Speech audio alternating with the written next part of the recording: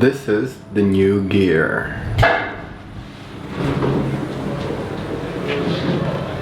Canon EOS M6 with kit lens, but I will buy some other, and this baby dead cat here. Rode VideoMic Pro with the dead cat on. I've been doing this my whole life. I've been balling out my whole life, and I know it's time, cause I'm ready to go. I'm ready to go. Ready to go. All of my friends have been telling me, bro, it's time that you blow. I know.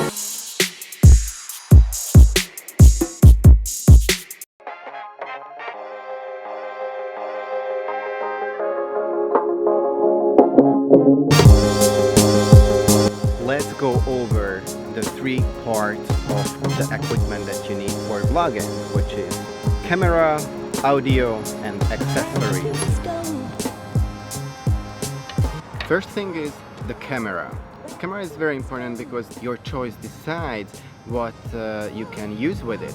First, I started out with a Canon G7X Mark II, amazing camera, but it lacks two features that I really needed. External audio. The second is that it has a built-in lens. It's an amazing lens. Well, either I buy a DSLR, which is pretty large, or there is this new category, the MILS, mirrorless cameras, and this is what I went with. The one very important criteria that I had, the screen has to be a flip-out screen, either to the top, to the side. M6 has a flip-up screen, M5 has a flip-down screen. And step 3 will be accessories. I'm using a GorillaPod. The M5 is no-go with the GorillaPod. Bam, that's it. Actually, M6 is like, I don't know, 200-300 euros cheaper. I decided to have a cheaper camera because I could spend the money on audio. Visual, like the quality of the video can be okay, but the sound, so that's why I decided to go with the high-end Rode VideoMic Pro. It has that cat. I love the name that cat. And it takes out the wind and the noise.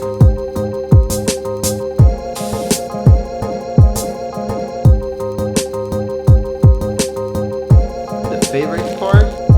The dead cat.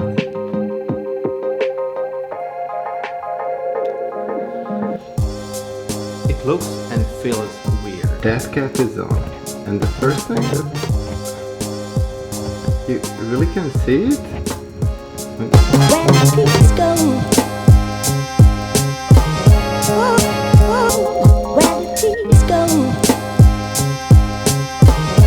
Using the GorillaPod on places like this is pretty awesome because I can put the camera anywhere. Tripod.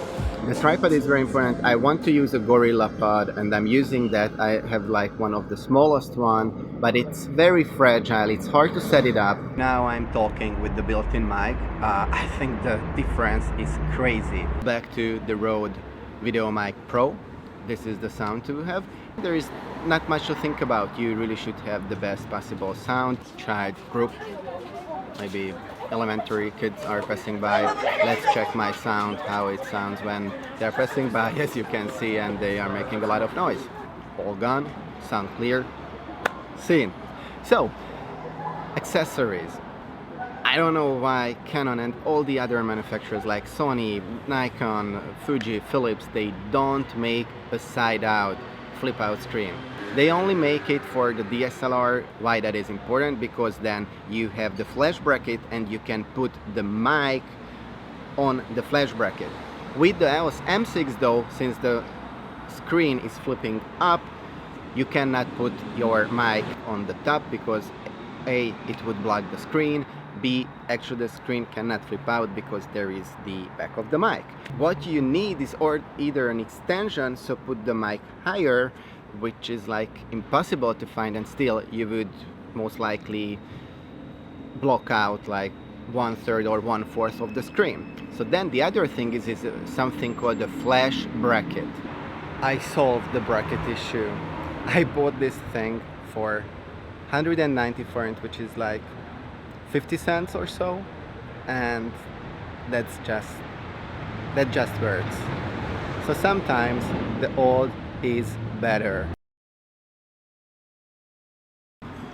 A flash bracket is something that you can put under your camera. You mount it to the camera and then it will slide to the way, and it's like a little stick. It's like a nail polisher actually, but it has another flash bracket shoe that you can mount the microphone onto, so that now the mic is not on the top as for example for Casey Neistat and other vloggers, but on the side. For editing you need a powerful laptop. What you need is a good video card, which right now I don't have. I have a 13-inch MacBook Pro with a touch bar, but it's not the best for editing as it turns out. You have to have a lot of space. Then you have to have an editing software. Basically it comes down for Mac people Final Cut Pro or Adobe's Premiere Pro. I chose the latter because what if I switch back to PC?